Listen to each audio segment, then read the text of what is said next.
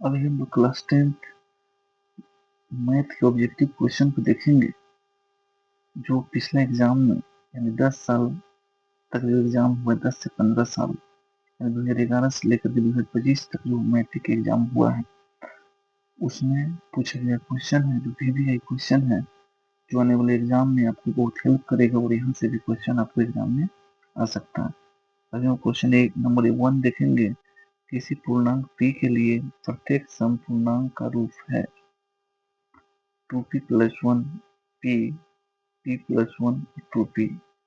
सम पूर्णांक का रूप क्या है उसको आपको देखना। जैसे सम पूर्णांक हम लोग मान लीजिए कि 2p + 1 है, 2p + 1 है।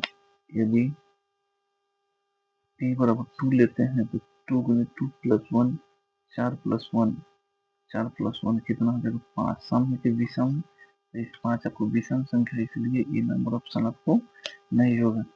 p p p वाला में नहीं हो, मान लीजिए p बराबर हम 3 लेते हैं, 3 आपको 3 आपको विषम संख्या है, इसलिए 2 नंबर ऑप्शन भी आपको नहीं होगा। अब हम लोग 3 नंबर p + 1, यदि p बराबर 3 लिए तो 3 + 1 3 है 4, p बराबर 2 लिए तो 2 + 1 यानी 3। ए भी नहीं होगा, इसका आंसर क्या हो जाएगा, डी हो जाएगा। किसी पूर्णांक p के लिए प्रत्येक संपूर्णांक का रूप क्या होता है, 2p होता है। निम्नलिखित में कौन सी सबसे छोटी प्राकृतिक संख्या 0, -1, 1 और 2 ये 22 के एग्जाम में पूछ चुका है। इसका आंसर क्या हो जाएगा, 1 हो जाएगा। √12 का परिमितरण गुणांक है 12 का 12 का लघुत्तम क्या हो जाएगा, 2 से 6, 2 से 3 यानी 2 × 2 × 2 3 हम लोग लिख सकते हैं, यानी 2 का स्क्वायर × 3 यानी स्क्वायर से रूट कैंसिल हो जाएगा, यानी 2√3। 12 का क्या हो जाएगा, 2√3। इसमें हम लोग देखेंगे 2√3 कहाँ है। √3 नहीं होगा, √2 नहीं होगा, √6 नहीं होगा और 2√3। इसका आंसर क्या हो जाएगा, 2√3। क्वेश्चन नंबर 3 का डी। यदि 130 का 15 से 20, 15 × 8 + 10, फिर 15 का 5 × 3 + 0 मासा 130 और 15 का होगा। दोनों में क्या मिल रहा है, दोनों में आपको 15 यहाँ पर है और यहाँ पर दोनों में 5 मिल रहा है, दोनों में क्या मिल रहा है, 5। इसका आंसर क्या हो जाएगा, 5 हो जाएगा। अब हम लोग 1.2 यूक्लिड विभाजन प्रेमिका से संबंधित क्वेश्चन होगा। यूक्लिड विभाजन प्रेमिका चैप्टर से टोटल क्वेश्चन इसमें मिलेगा 52 प्रश्न। अब हम लोग उसको देखेंगे। क्वेश्चन नंबर 1, यूक्लिड विभाजन एल्गोरिथम दो धनात्मक पूर्णांकों में के निम्न में से किसे परिकलित करने का तकनीक है। लसा, बी नंबर मासा, सी में भागफल और डी में शेषफल। 2011 के एग्जाम में क्वेश्चन आपको आ चुका है। इसका आंसर क्या हो जाएगा, मासा हो जाएगा। एक का बी। क्वेश्चन नंबर 45 और 60 का मसा है। 45 और 60 का मसा देखेंगे। 45 और 60 मसा निकलना, 3 से 15 3 45 द्वितीय 60, फिर 5 से 15 5 का 20। दोनों में क्या मिल रहा है, 3 और 5, 3 × 5 बराबर 15, यानी मसा क्या हो जाएगा, 15। यानी 45 और 60 का मसा क्या हो जाएगा, 15, यानी डी। इसका आंसर क्या हो जाएगा, डी हो जाएगा। अब हम लोग क्वेश्चन नंबर 3 को देखेंगे। क्वेश्चन नंबर 3, एक अशून्य प्रमेय और अप्रमेय संख्या गुणनफल। अशून्य के मतलब शून्य को छोड़कर, एक प्रमेय संख्या प्रमेय संख्या गुणनफल हमेशा क्या होता है, प्रमेय होता है। 3 का क्या हो जाएगा, डी हो जाएगा। अब हम लोग क्वेश्चन नंबर 4 को देखेंगे। यदि पी एक धनात्मक पूर्णांक है तो धनात्मक सम पूर्णांक का रूप क्या होगा। पी एक पूर्णांक है, ऐसा क्वेश्चन हम लोग पहले पढ़ चुके हैं, इसलिए इसका आंसर क्या हो जाएगा, 2p हो जाएगा। किसी धनात्मक पूर्णांक q के लिए प्रत्येक धनात्मक विषम पूर्णांक का रूप होता है। विषम पूर्णांक का रूप क्या होता है? 6q plus 1। 5 का क्या हो जाएगा? c हो जाएगा। क्वेश्चन नंबर 6, यदि भाग एल्गोरिदम a बराबर b की प्लस r में a बराबर 72 q बराबर 8 तथा r बराबर 0 है तो b का मान क्या हो जाएगा? a बराबर 72 दिया हुआ, a बराबर b की a बराबर क्या होता है? b की प्लस r 72 बराबर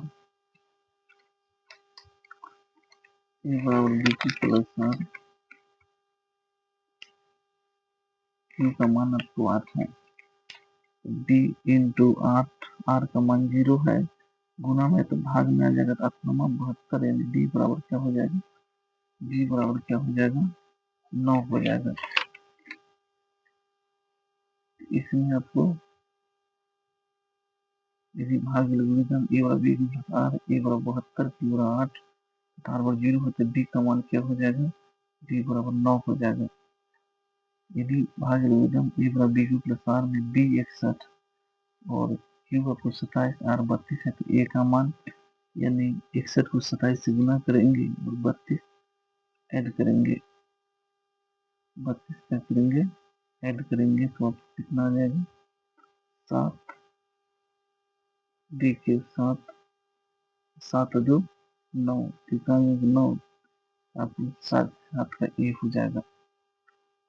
फिर आपको आ जाएगा यदि भाग एल्गोरिदम a बराबर b की प्लस r में b 43 q आपको 31 और r 32 है तो a का मान, a भी वो इसी ढंग के क्वेश्चन है, यानी b क्यू b 43 को 31 से गुना करेंगे और 32 जोड़ देंगे, 3 और 2 5, इकाई अंक 5 होगा, यानी 8 का 1 हो जाएगा। 5 इसलिए होगा, 3 को 1 से गुना करेंगे तो 3 हो जाएगा, इसमें रिमाइंडर को जोड़ना होता है।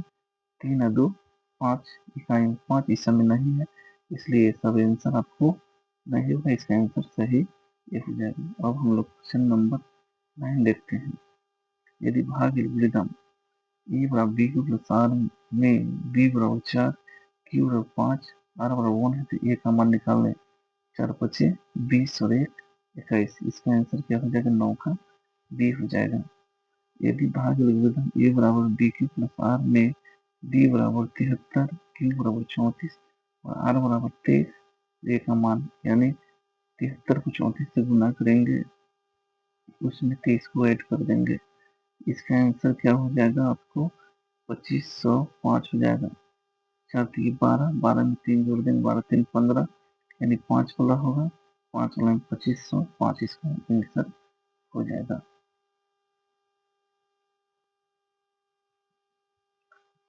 अब हम लोग नेक्स्ट क्वेश्चन को देखेंगे। बस नेक्स्ट प्रश्न है ऑब्जेक्टिव टाइप क्वेश्चन।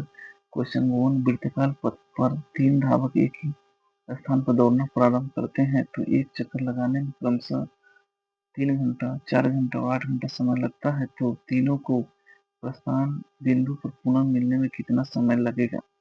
ये भी ऑब्जेक्टिव क्वेश्चन है और 2014 एग्जाम में पूछ चुका है, बहुत ही वीवीआई क्वेश्चन है।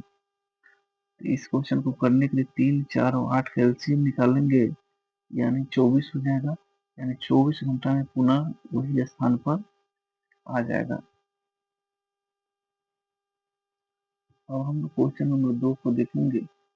एक वृत्ताकार पथ पर 3 धावक एक ही स्थान पर दौड़ना प्रारंभ करते हैं तो एक चक्कर लगाने में क्रम से 1 घंटा, 3 घंटे, 5 घंटे समय लगता है, तो तीनों को प्रस्थान बिंदु को पुनः मिलने में कितना समय लगेगा? पुनः फिर हम लोग 1, 3 और 5 का एलसीएम निकालेंगे। 1, 3, 5 का एलसीएम आपको 15 आएगा, यानी कितना देर लगेगा? 15 घंटा पुनः वही स्थान पर आने में लगेगा।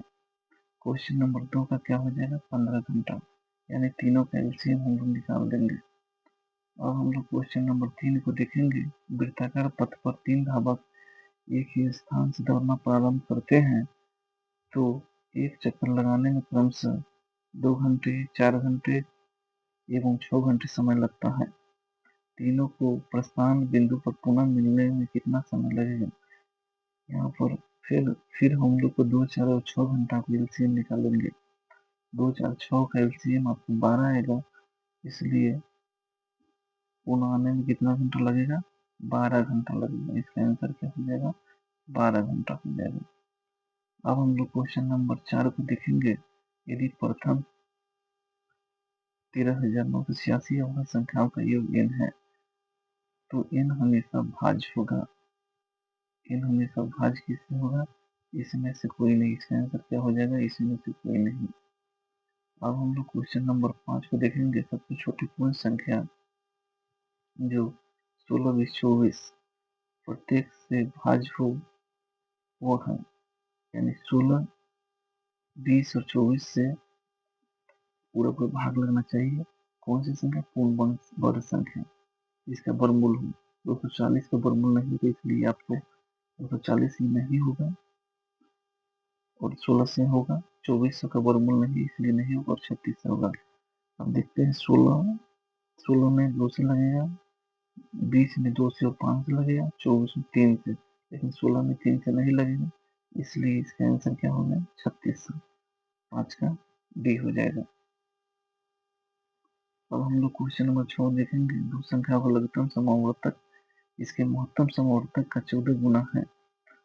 इसके लसम मसा का जोड़ 6 से है। यदि एक संख्या दूसरा 80 हो तो दूसरी संख्या होगी। क्वेश्चन नंबर 6 को हम लोग देखेंगे। दूसरी संख्या क्या हो जाएगा? 80 हो जाएगा। इसका आंसर क्या हो जाएगा? 80। 7 नंबर क्वेश्चन। 6x4y तथा 12x का महत्तम समावर्तक होगा। 6 12 का महत्तम समावर्तक 6 होता है। 6 और यहाँ पर xy है तो xy, इसका आंसर क्या हो जाएगा? डी हो जाएगा। महत्तम समावर्तन क्या हो जाएगा? डी, यानी 6xy। 8 का रूट 10 गुने रूट 15 बराबर है। रूट 10 और 15 बराबर है। रूट 10 गुने रूट 15, 15 है 150। 150 के गुणे 5 गुने 5 गुने 2 गुने 3, गुणनखंड ही होगा, यानी रूट 5 का स्क्वायर गुने 2 गुने 3, यानी 5 रूट 6। आंसर क्या हो जाएगा? 5 रूट 6। इसका आंसर क्या हो जाएगा? आपका ये हो जाएगा। 64 के वर्गमूल को 64 के वर्गमूल से भाग दिया जाए।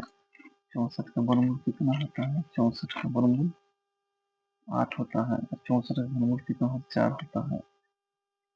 कितना हो जाएगा? 2 हो जाएगा। 9 का 2 हो जाएगा। अब हम लोग क्वेश्चन नंबर 10 को देखेंगे। दो संख्या 18, दो संख्या में ए और 18 का लसा 36 है, मासा 2 है। ए का मान ज्ञात करें। कितना हो जाएगा? 4 हो जाएगा।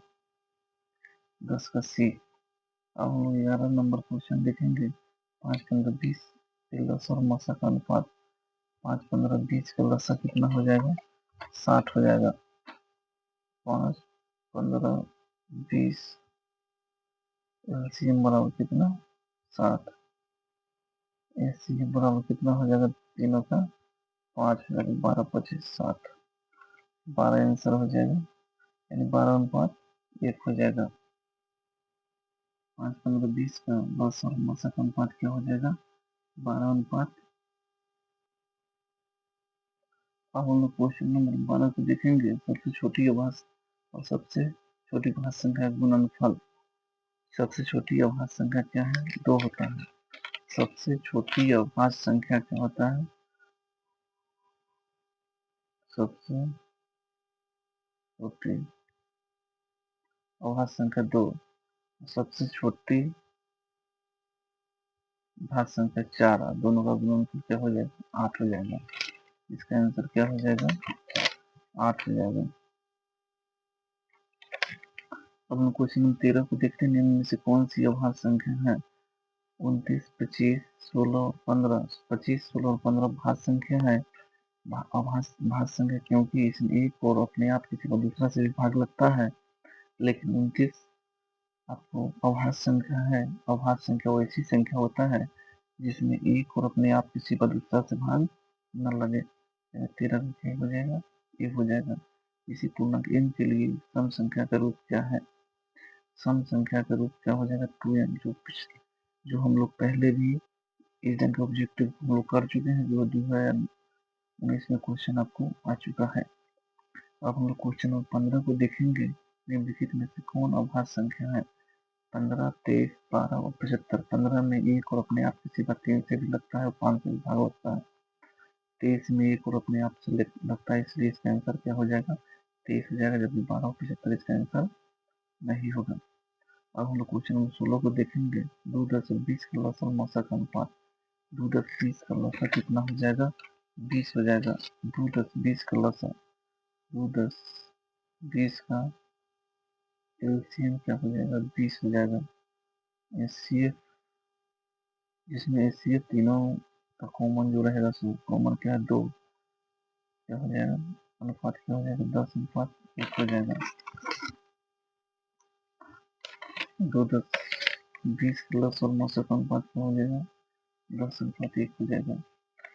यदि 65 और 117 का मौसा 65 n माइनस 117 के रूप का हो तो n का मान क्या होगा। अभी हम लोग क्वेश्चन नंबर 17 को देख रहे हैं। n का मान क्या हो जाएगा, 2 हो जाएगा।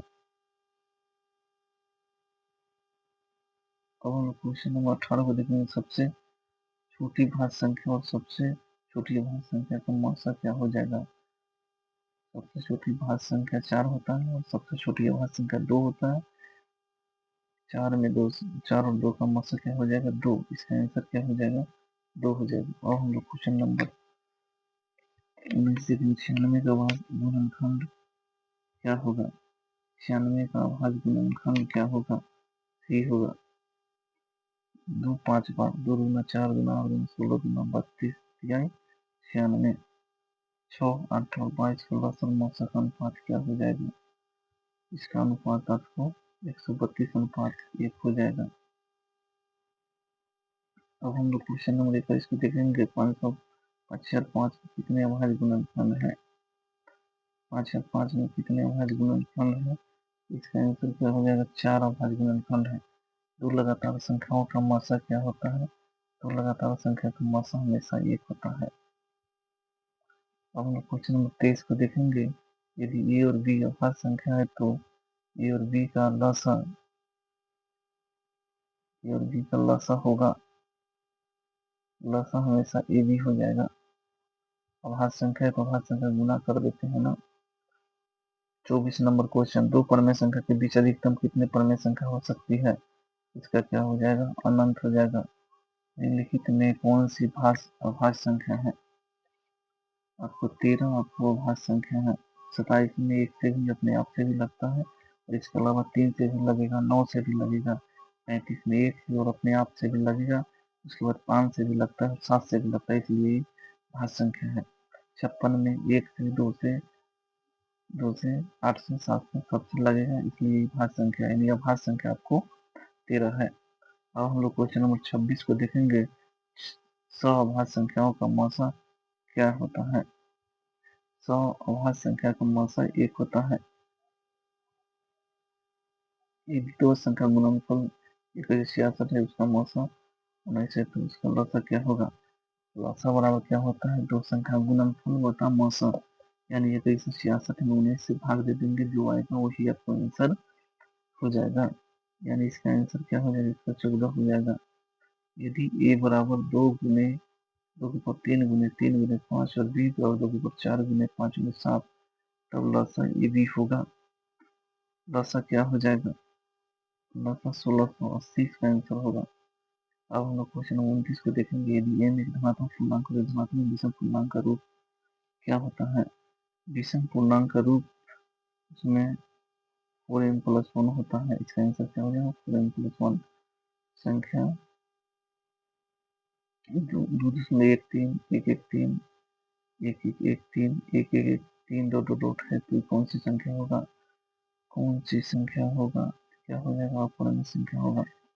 इनमें से कौन भाज्य संख्या है, कौन अभाज्य संख्या है। 91, 213, 41, आंसर क्या हो जाएगा, 41 आपको भाज्य संख्या है। तो 44 का भाज्य गुणनखंड में 2 का घात कितना होगा? 2 का घात कितना होगा? 32 का 4 हो जाएगा। इसी धनात्मक पूर्णांक ए तथा बी के लिए बी का मासा गुने बी का लसा कितना होता है? इसका ए गुने बी हो। यदि पी और क्यू दो अभाज्य संख्या है तो उसका मासा होगा। यदि पी और क्यू अभाज्य संख्या, इसका मासा क्या होगा? 1 होगा। 64 के अभाज्य गुणनखंड में 2 का घात कितना होगा? 64 का अभाज्य गुणनखंड 64 का अभाज्य गुणनखंड 64 का अभाज्य गुणनखंड हम लोग करेंगे। 232, 216, 208, 204, 202, 1, 2, 3, 4, 5, 6 कितना हो जाएगा? 2 का घात 6 हो जाएगा। 64 का अभाज्य 2 का घात कितना हो जाएगा? 6 हो जाएगा। 1872 का मासा क्या हो जाएगा? 1872 का मासा 18 होगा। 156 के अभाज्य गुणनखंड में 156 के अभाज्य गुणनखंड में 2 का घात क्या है?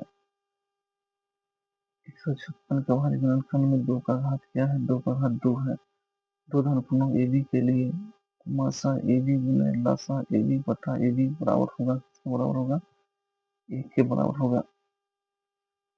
अब हम 39 नंबर क्वेश्चन देखेंगे। निम्नलिखित में कौन सा एवं सअभाज्य संख्या है? सअभाज्य संख्या जिसका हैसियत 1 होगा। 1435 का 1 नहीं होगा, 1835 का 1 होगा, इसलिए इसका आंसर क्या हो जाएगा? 1835 होगा। अब हम लोग क्वेश्चन नंबर 40 को देखेंगे। निम्नलिखित में कौन यौगिक संख्या है? यौगिक संख्या वैसी संख्या होता है जो जिसमें एक और अपने आप किसी पदार्थ दूसरा संख्या से भी भाग लगेगा। 41 अभाज्य संख्या, 31 अभाज्य संख्या और 11 अभाज्य संख्या है। तो इसका आंसर क्या हो जाएगा? डी 21 हो जाएगा। कौन सा अभाज्य संख्या है? 33, 39, 38, 31। इसका आंसर क्या हो जाएगा? 31 हो जाएगा। दो संख्याओं का मासा 27 और लसागु 162 है। एक संख्या 54 है तो दूसरी संख्या क्या हो जाएगा? मासा गुने लसा बटा एक एक संख्या होता है। 24 गुने मासा गुने लसा बटा 127 गुना 54, 2 से इसमें पड़ जाएगा 8, 81। इसका आंसर क्या हो जाएगा? 81 हो जाएगा। 12, 15, 21 का मासा क्या हो जाएगा? तीनों में 3 से भाग लग गया इसलिए मासा इसका 3 हो जाएगा। दो संख्याओं का गुणनफल 86, 70 है, उसका मासा 17 है तो लसा क्या हो जाएगा? 17, 25, 85 यानी 500 का आंसर हो जाएगा। 44 का डी होगा। अब हम लोग 45 नंबर देखेंगे। 192 के अभाज्य गुणन 2 की घात कितना होगा? 2 का घात कितना होगा? 2 का घात 6 होगा। यदि q एक धनात्मक पूर्णांक है तो निम्नलिखित में कौन धनात्मक विषम पूर्णांक नहीं है? विषम पूर्णांक नहीं है। 46 का बी नंबर होगा, इसलिए इसमें जो संख्या जुड़ रहा है वो सम संख्या। विषम पूर्णांक के लिए हमेशा विषम संख्या जुड़ना चाहिए। दो लगातार सम संख्याओं का मासा होता है। मासा हमेशा सम संख्या होता है। अब हम लोग क्वेश्चन नंबर 48 देखेंगे। पी और क्यू अभाज्य संख्या है तो पी क्यू क्यू और पी स्क्वायर क्यू का मासा होगा। पी स्क्वायर क्यू मासा हो जाएगा 48 का डी। अब हम लोग क्वेश्चन नंबर 4 देखेंगे। 243 के अभाज्य गुणन 3 के घात होगा। 3 का घात कितना होगा? 3 का घात 2 होगा। ए बराबर 2 क्यू गुने 3, बी बराबर 2 गुने 3, सी बराबर 2 3 के पावर n गुने 5 तथा ए बी सी का एलसीएम इतना है तो n का मान क्या होगा? n का मान क्या होगा? 2 हो जाएगा। 156 बराबर 2 के पावर x गुने 3 के पावर y फिर अब जेड हो तो एक्स वाई जेड का मान क्या होगा? यानी 51 का आंसर क्या हो जाएगा? ए हो जाएगा। 4 हो जाएगा। दो लगातार विषम संख्याओं का मासा क्या होता है? 1 होता है। 53 आपको P/25 के रूप में है तो 0.105 को लिखेंगे। 2024 के एग्जाम में पूछ चुका है क्वेश्चन 53 का।